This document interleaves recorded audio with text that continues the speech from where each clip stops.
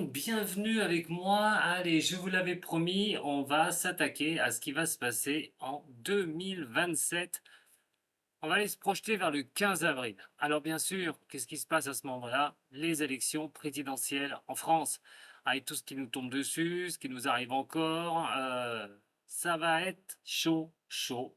On va décrypter un petit peu le ciel à cette époque, comment il va être. Et je ne vous donnerai pas de nom, puisque j'ai pas les noms encore de ceux qui se présentent, et je ne vais pas aller les chercher, mais je reviendrai là-dessus pour savoir qui sera élu président de la République.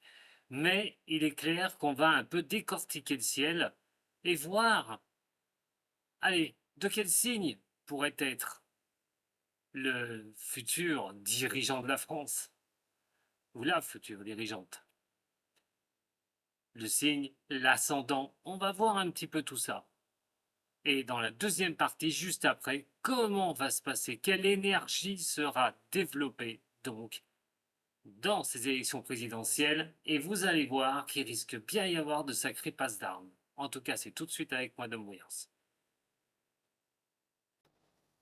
On va regarder donc en premier lieu qui aurait des signes qui pourraient vraiment être plus aisés pour pouvoir accéder à ce poste.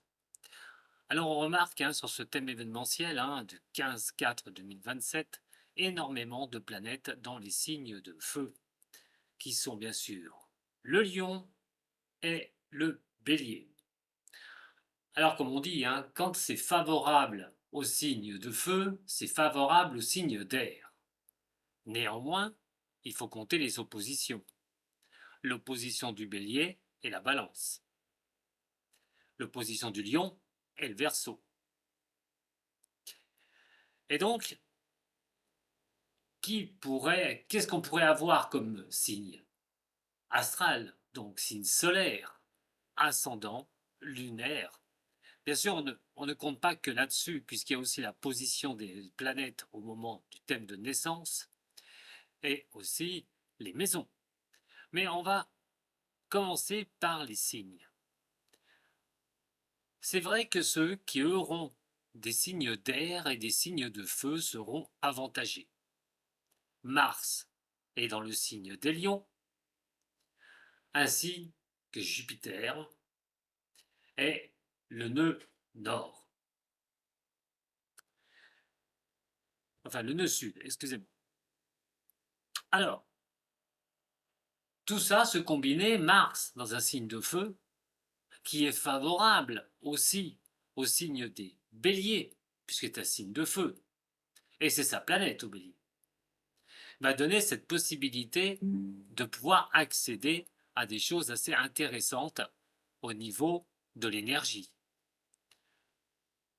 du combat à mener au niveau de ces élections. Surtout que le Soleil sera dans le signe des béliers. Il y en a d'autres. Il va y avoir Saturne à cette époque, Mercure aussi, et Neptune. On ne va pas rentrer dans les détails, mais simplement, tout cela va pouvoir aider certains signes, le bélier, le lion, mais aussi le signe des Gémeaux. Il pourrait y avoir quelqu'un qui a un ascendant, un signe lunaire Gémeaux, ou qui soit du signe des Gémeaux, serait vraiment favorable pour cette personne.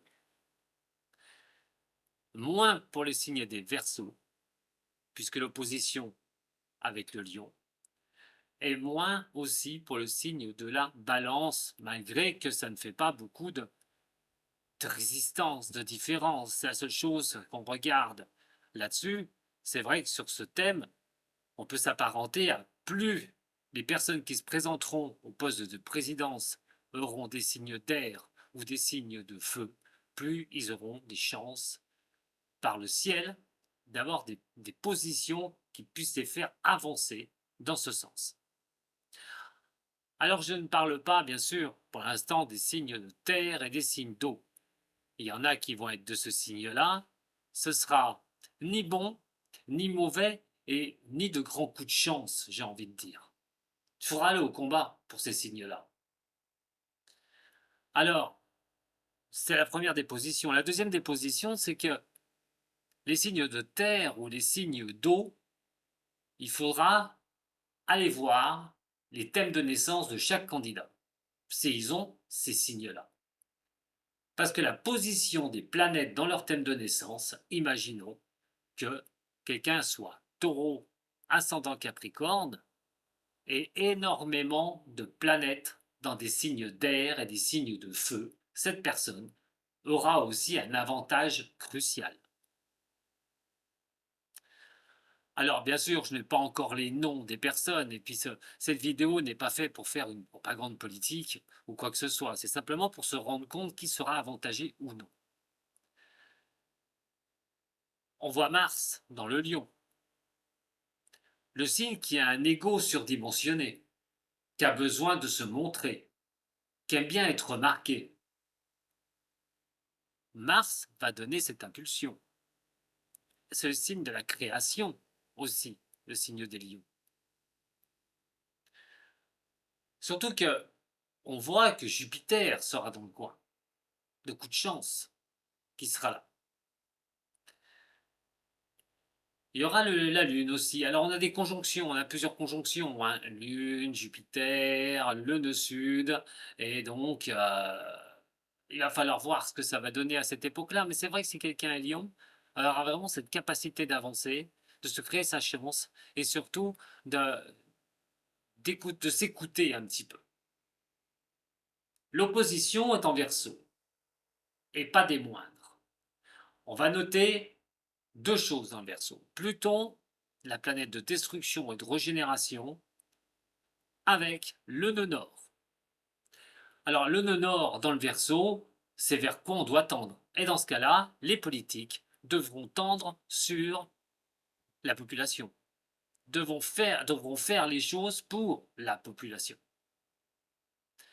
Mais on voit l'opposition du Lion et du Verseau.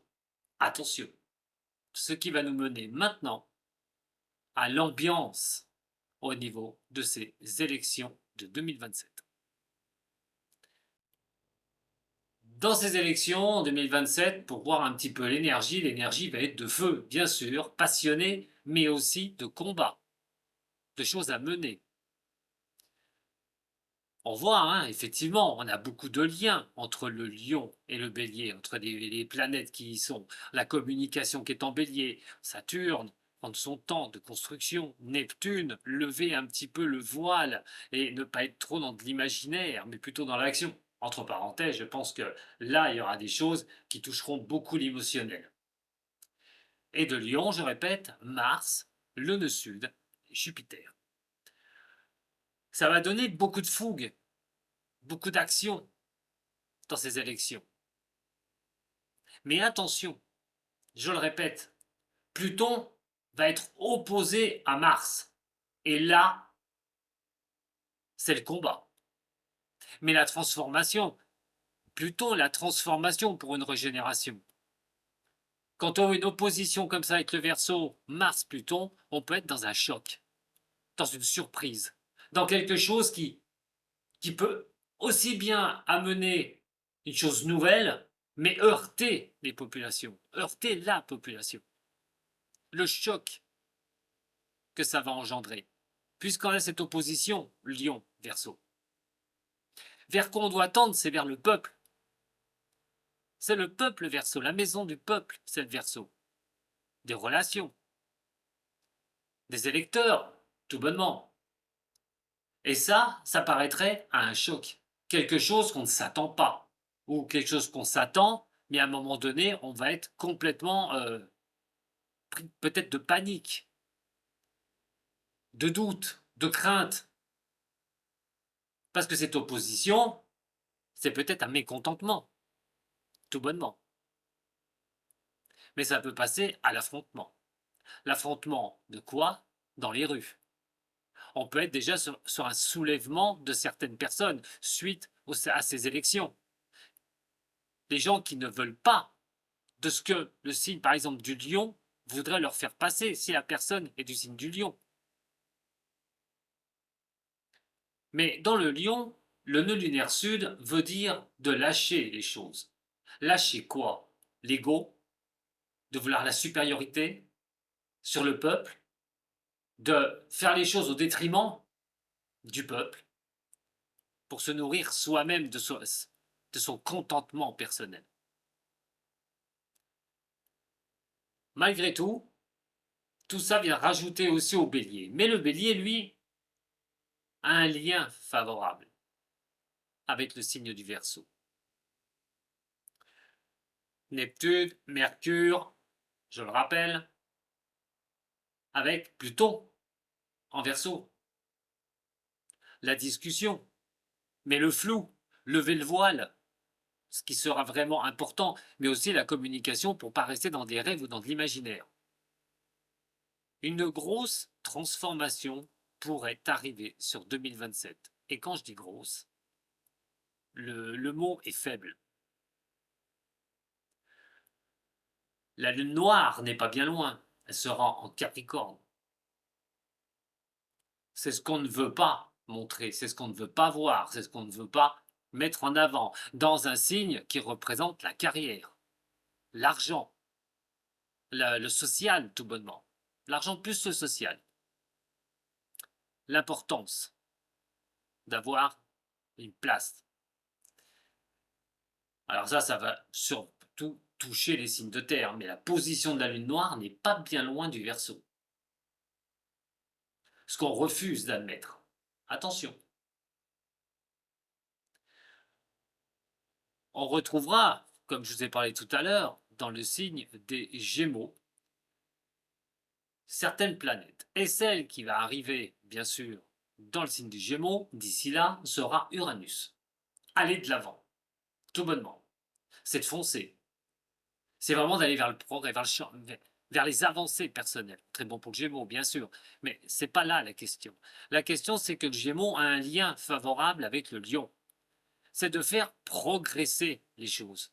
L'ambiance sera de faire progresser sur les choses qu'on a stagnées. Mais de l'autre côté, le Gémeaux a un lien favorable avec le Verseau. Pluton, destruction, régénération, mais Uranus d'aller vers l'avant. Et les réflexions, puisque c'est l'intellect, le Gémeaux.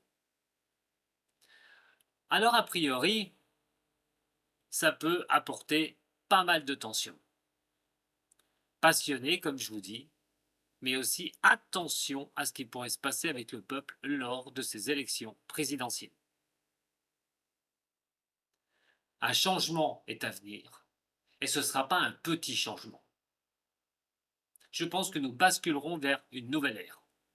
Voilà ce que je peux vous dire au niveau de ceux qui pourraient obtenir ce poste, qui auraient la plus grande chance de l'obtenir, mais aussi l'énergie qui va entourer ces élections, qui seront vraiment, vraiment, vraiment, j'ai envie de dire, très suivies, passionnées, mais attention à ce chamboulement.